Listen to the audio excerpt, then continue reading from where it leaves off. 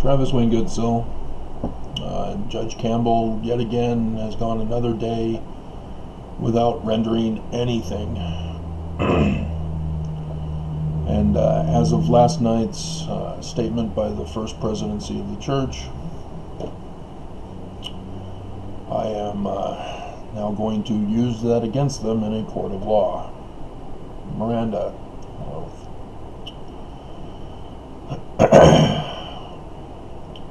So this is the reading of that email. As Your Honor continues to punish the plaintiff with censorship in violation of Rule 11, the plaintiff does not include the clerk's office with this brief due to Your Honor's Order 26. Miranda rights indicate that anything a defendant says will be used against them in a court of law. The plaintiff notifies Your Honor of a public statement made yesterday, 14 December 2020, by the defendant's First Presidency. I link the web link and then put the statement.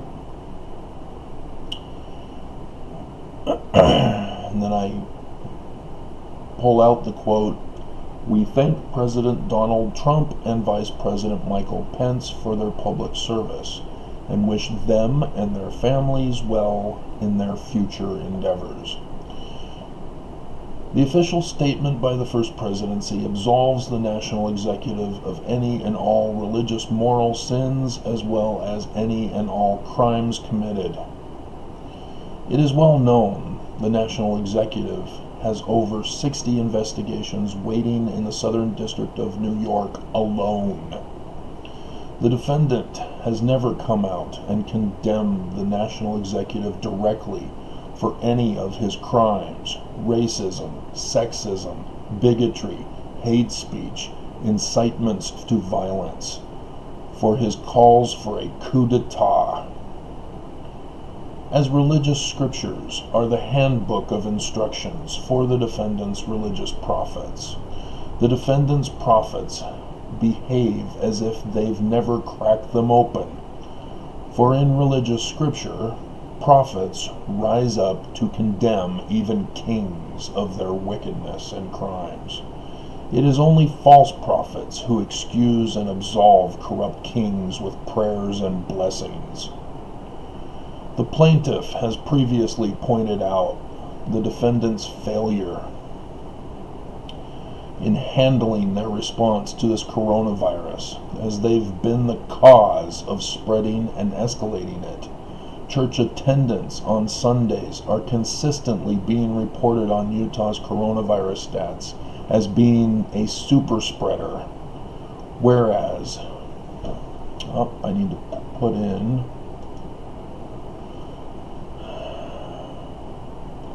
and the defendant still to this day refuses to shut down their whole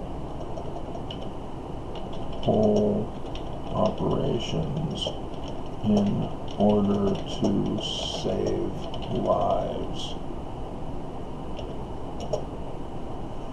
Whereas if the defendant's prophets were true prophets and not false prophets, they would use the scriptural stories of Moses with the Exodus and Joseph telling Pharaoh to build storehouses for the coming plague. The defendant has the means, the wealth, the opportunity, and the community position of trust, in quotes, because they mention that position of trust in their statement, so I used it here in quotes, to have at the very least Mormons stay at home and provided for until this virus passes over. The Exodus is referred to as Passover, without the extortion threats of prioritizing the economy over human lives.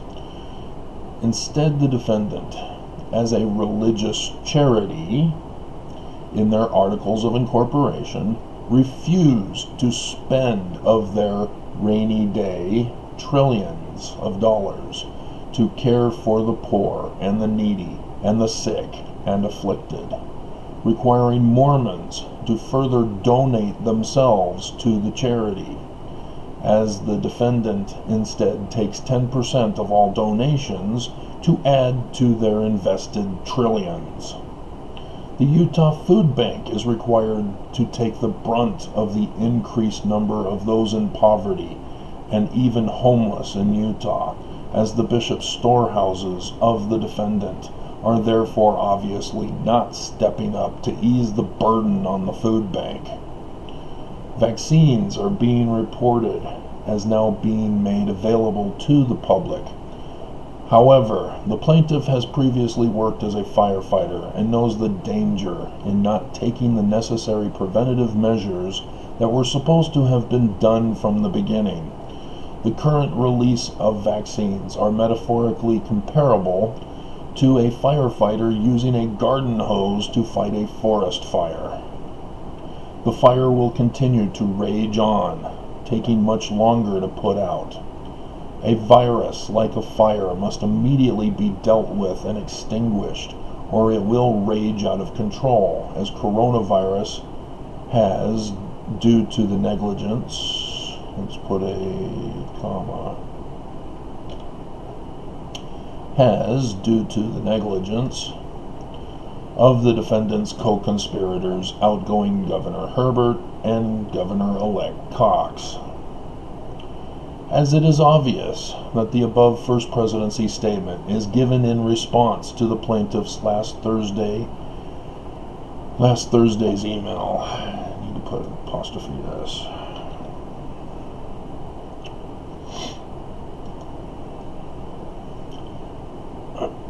As the defense counsel are required to counsel with their clients, this statement is an admission of guilt, hoping your honor will likewise excuse the defendant and absolve them of any and all crimes committed against the plaintiff, so as to dismiss this case.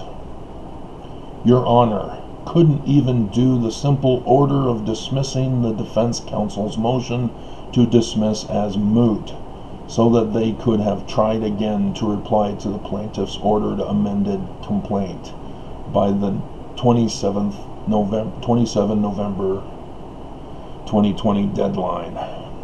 Waiting for a vaccine to solve the problem will only cause more unnecessary death and place the plaintiff in greater and greater danger. Justice delayed is justice denied, and your honor has already given a preliminary order against the plaintiff with your delay. Those who commit crime, especially those in positions of trust, must be held accountable, or they will get worse, even to the point we are all witnesses to the overthrow of the United States of America. I'll go for a run first. Looks like I might be able to do it. Not enough snow or ice. We'll see. And then come back and upload this for you.